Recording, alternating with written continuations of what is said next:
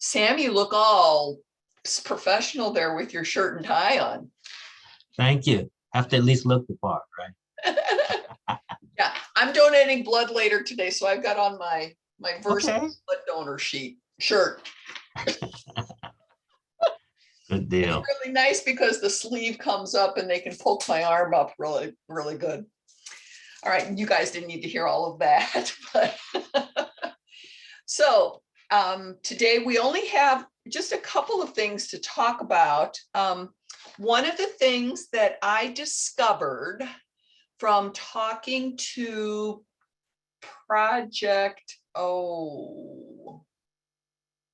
I'm not remembering the name right now, but one of you guys, we were talking about Employment 101, and we were talking about they're doing it as a classroom.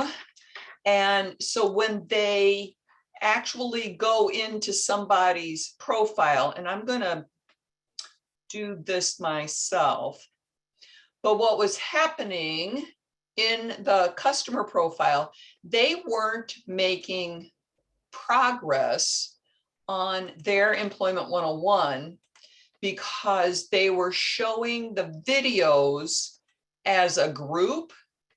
And so the video wasn't getting checked off. So what I suggested to this organization was that they go ahead and show the learning module as a group, have the participants, the students, go in and do each of the other pieces, move forward, and then they could go back and watch the learning modules and complete those tasks as a review before they do the post-assessment. The other option is to put everybody in a computer lab, give them earbuds, have them watch on their own, get through the learning module, and then when everybody's done, they can have the discussion and then go through the rest of the items. And then that sparked a suggestion that we might be able to have the instructors mark things off. So I talked about it with my programmer, and it is on our wish list. I do not know when it would happen, but we agreed, my programmer and I agreed that it would be something that could be done so that you as the agency might be able to go in and mark the learning modules off for the students if you're doing it as a classroom setting. But we don't want to do that, and you can't do it now anyway. So we'll put some parameters on it later, but that will hopefully help you in a classroom setting get through this a little bit easier. Jean, can I ask a question? Sure. This is you know the section in Illinois workNet where we upload their documents, and there's an area where you've got personal documents, employment documents, educational documents. Is there any way to kind of condense that? Because I've got to scan that, and when I scan it, I've got to rename it to their name and then upload it. So condense. What are you trying to upload? Well, instead of having all of those choices to choose from, whether it's the employment, I assumed that the employment documents were like employment verification. Right. Employment verification. Personal or employment. So they're like three areas: personal documents.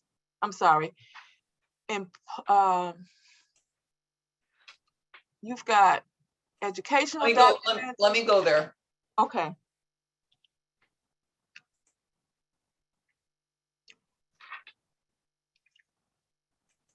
Test is taking a little hot minute here. The objective there was, though, so that, for example, the Casey Life Skills assessment, it needs to be uploaded to the customer's profile so that it will track for one of the new performance pieces that we're tracking. So it needs to be uploaded to that individual's profile as that individual's document. Okay. So if we're looking at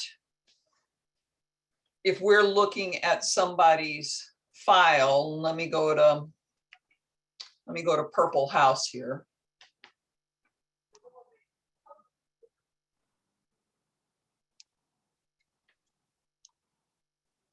And if we go to the uploads, is this where you're talking about?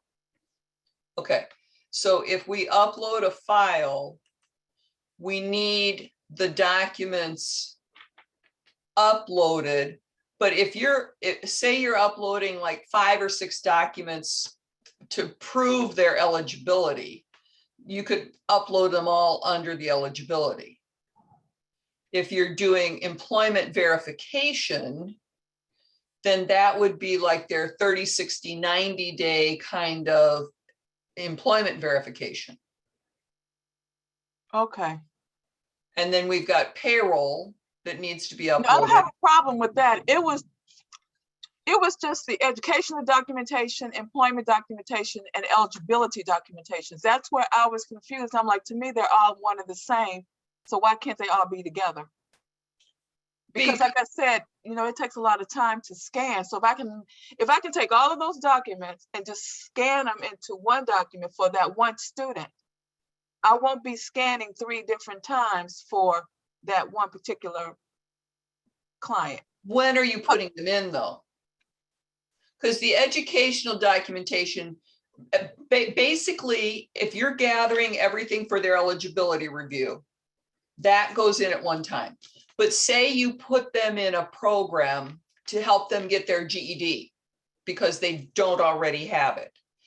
That would be the educational documentation of them earning that GED. Okay. And then the employment documents would be 90-day verification, or there's that number that you can call. Who knows what the name of that number is? Camilla, you're mouthing it. I can't hear you.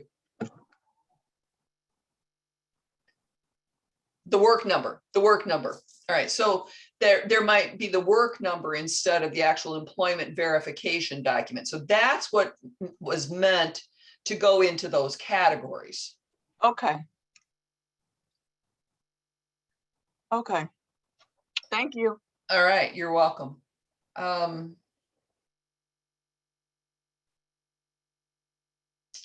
So Luis asked in the chat, is there a way to allow an electronic signature on the application?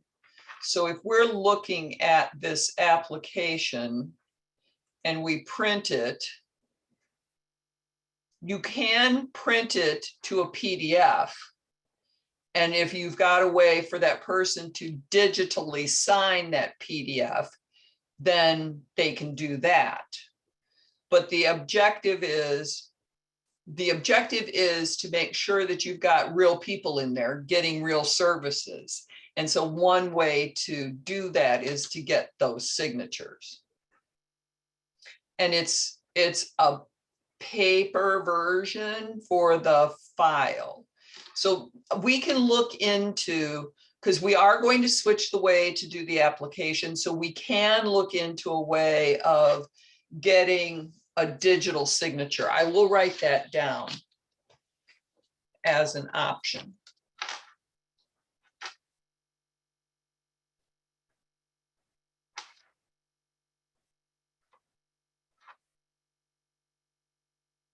When we go to the new application side of things. Okay. Toby, did that answer all of your questions? Yes, it did. Okay. All right. So now what I want to go back to is the customer services. And I keep talking about these because I think there's many of you that are not getting the services entered for your customers in the system. And as we finish the digital version of the PPR, we need to make sure that you're doing all of the services in the career plan and getting that information entered. So if I go back to a customer that's, say, in category 2,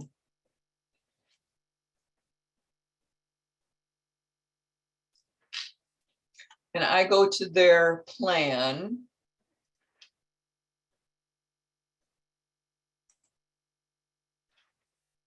and I look at the career plan, and I look under the show next steps, I can see if a step has been started or open or unsuccessful completion. But when I'm looking at many of these customers, I'm seeing planned not started. Which means that nothing has been done on the customer steps. And when we move to the PPR digital version of PPR, then it's going to search, it's going to go to the customer career plan, and it's going to pull that information into the report. There's many of the steps that rely on a successful completion or an evaluated not required status in these steps and services. So if you're not getting those in there, then your PPR is not going to reflect the accurate details of your people in your plan. Now, one way to catch that up in a relatively organized fashion is to go to the customer service report, which can be found in the reports. And you scroll down to it, customer services report. And I just updated the instructions for the career plan, documenting a customer's career plan, and included information about this. So if I go to my project, and if I go to my provider, and if I filter, I see all of the services that have been added to a customer's profile. So if you can make sure that at least one of your customers has all of the services added to them that we need. So for example, if you just enrolled somebody last week, they're going to have all of the services that they should have because it is pre-populated on their plan. So then you can look at these numbers. So for example, right here, 39 of my people do not have the anger management / conflict resolution step started. I see down here lower that like ones haven't been started. I also see that I've got some that are started, but they haven't been marked as completed. And then you can see total customers without the step or service. Well, are those people in my program this year that need to count on my performance? So you click on these numbers and it will show you the people in those categories, in those columns, so that you can update those people. Now, right now, we do have a situation where if you don't, so if I'm looking at this 39 people, I can update the status to evaluated not required or successful completion. I can pick any one of these items. Right now, the system wants an answer for everything. Programmer is going to fix that so that if it sits at this plan not started, it's going to leave it there. But right now, you have to enter a date in all three of these columns that have the star. So this date could be today's date, and the plan due date could be today's date, and it could be 0 hours. But right now, if you want to use this tool, it's, oh, and those are all Maxwell apprenticeship. So we have a bigger problem in tests than just that. But the whole point is you can use this to update multiple customers at one time. And we have discussed this numerous times, and I do have a new tutorial that will show you how to use this. So are there any questions about the customer services report?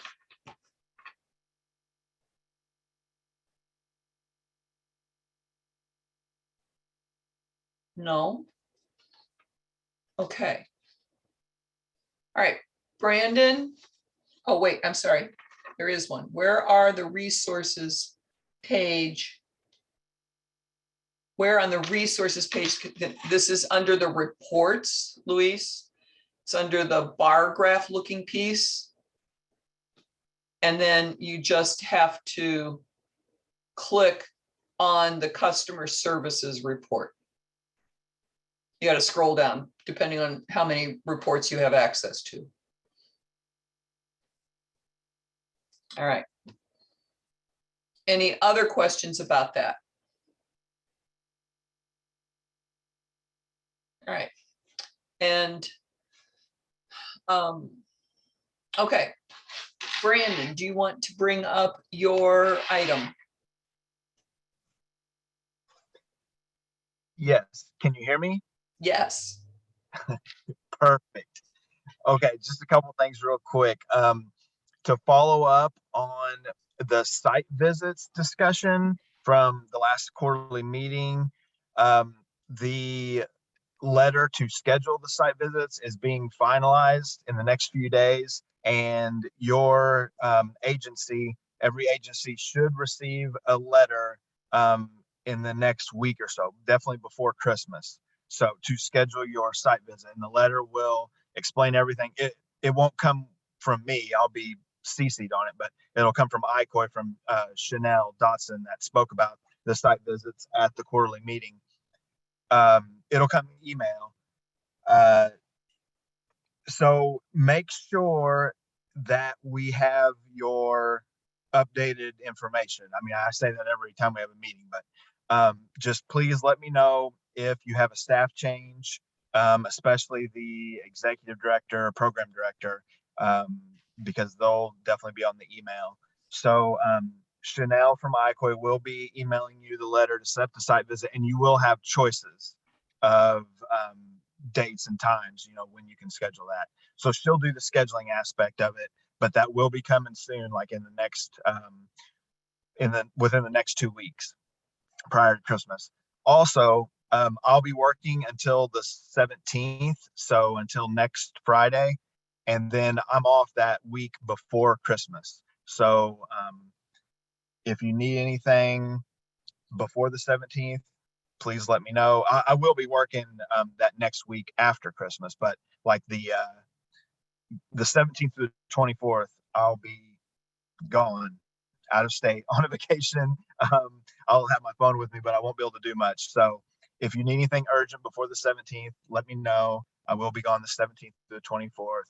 So with that, I hope everyone, so I won't be there on the 21st, the next one of these, if it's necessary, if Dee wants to have it, the TA session.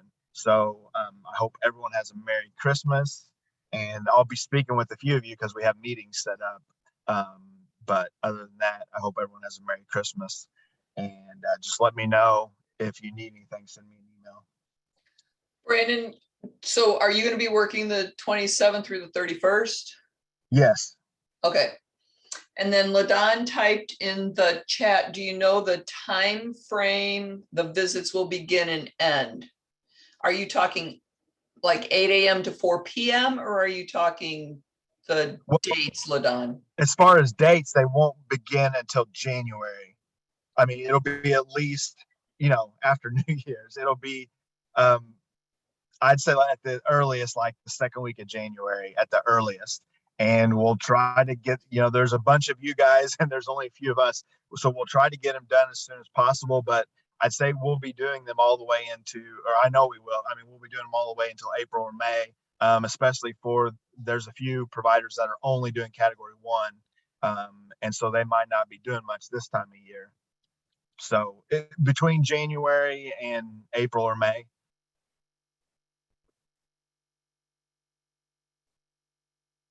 All right. And Is- you'll have your choice of times, and it's just a 2-hour window. It's a 2-hour block. So, I mean, we're not going to tell you, oh yeah, it's got to be 7:30 a.m. on Friday or something like that. You know, you're going to have your choice, and that's what Chanel is going to help with, is the scheduling part.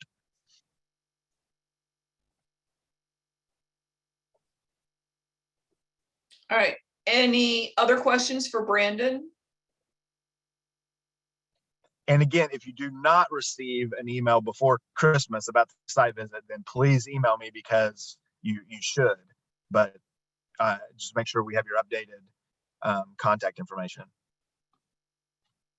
And I passed on all the contact information I have for you. I passed that on to Chanel. Has that. Yes, and we have a Google Doc now that I'm keeping track of. So if you send staff changes to Brandon, make sure you copy me so that I can keep that spreadsheet updated. And I think that's what you may have sent over to Chanel, right? I keep I keep 2 different spreadsheets. One for notifications for things like this, like the TA session. So Oh, everyone who wants to be on any kind of notifications, and then another spreadsheet that is just the we call them like the big 3: the financial person, financial contact, the executive director, and the program director, because that's what DHS requires us to have. And sometimes DHS sends out stuff I don't even know about it, so I've got to keep that stuff updated. So they go into a master spreadsheet, and we'll say, okay, here's the program director for, you know, whoever, Dream, and then they'll just send it, and I don't even know that they're sending out something.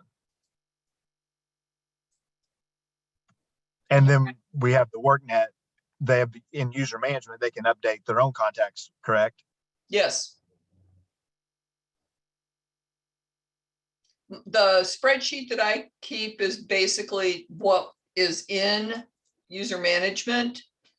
So for example, somebody just recently left an organization, so I took them off the spreadsheet. I found out on our last call that somebody died. So I marked that on our spreadsheet.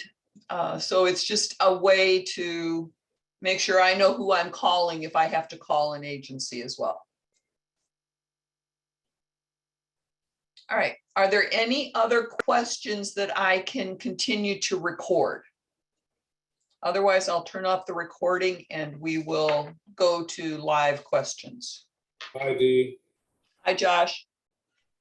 This is Bernard speaking. Josh is here also. We're just at the same computer. Okay,